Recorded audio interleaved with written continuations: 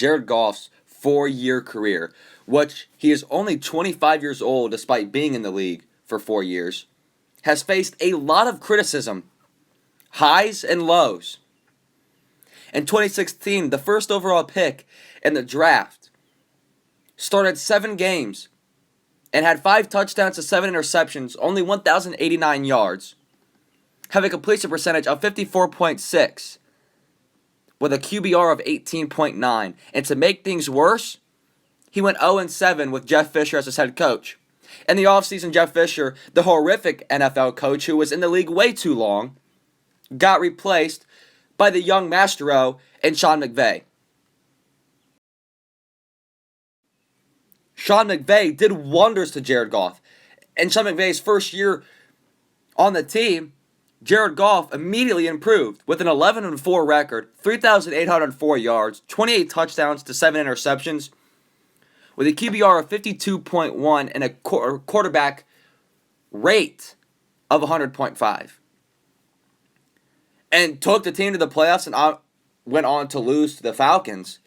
But in 2018, in Sean McVay's second year, and Jared Goff's third year, when people called the young prime and where he got his nickname, Mr. Perfect, wasn't so perfect. It was carried by the load of Todd Gurley. But Jared Goff got a lot of credit, with a record of 13-3 leading the NFC, ultimately going to the Super Bowl, having 4,688 yards to 32 touchdowns and 12 interceptions, with a quarterback rating, or passer rating, of 101.1 and a QBR of 63.1. He would go on to have a 64.9 completion percentage, starting all 16 games, which would be the first for him. It was a very good season for Jared Goff. But a lot of people overlooked the weapons that he had. Obviously, Todd Gurley, who had an MVP caliber season and probably should have won it, if you want to make that case over Patrick Mahomes. Which actually a lot of ESPN reporters actually think Todd Gurley should have got it over Patrick Mahomes. He had weapons of Robert Woods, a young Cooper Kupp, Brandon Cooks, and a very, very good O-line. And Gerald Everett as a very, very reliable tight end. And obviously a tremendous front seven on the defensive side to carry his load. And in 2018, the NFC only had the Saints in the prime. They had a huge lead in the playoffs against the Cowboys and almost blew it. And I am a Cowboys fan, and the Rams almost blew that game. Obviously, only scoring 3 points in the Super Bowl, the Patriots put together a formula that worked for every team that used it last year. The Rams in 2019 looked very, very good and very, very poor. Especially Jared Goff. He would have games where he looked like he was an all-pro and an MVP caliber candidate like he was in 2018. And then looked like Johnny Manziel. He couldn't throw the ball. He was losing the ball out of nowhere. And yes, he didn't have the same O-line. A lot of them left because there was no money to go around. Todd Gurley was not the same in 2019 as he was in 2018. And ultimately, the defense under Wade Phillips was not very good.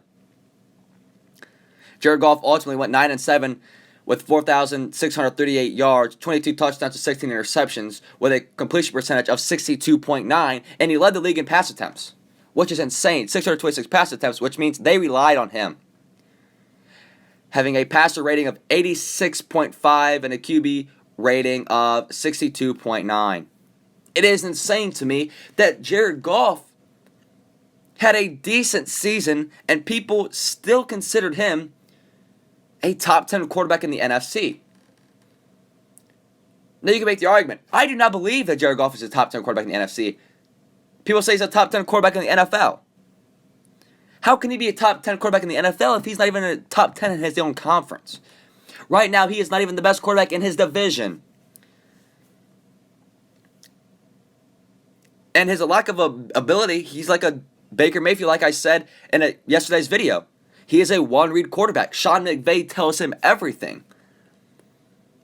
The impact of Sean McVay from 2016 to 2017 was very, very visible. But obviously, Jeff Fisher was not a great coach. And also, Jared Goff was a rookie.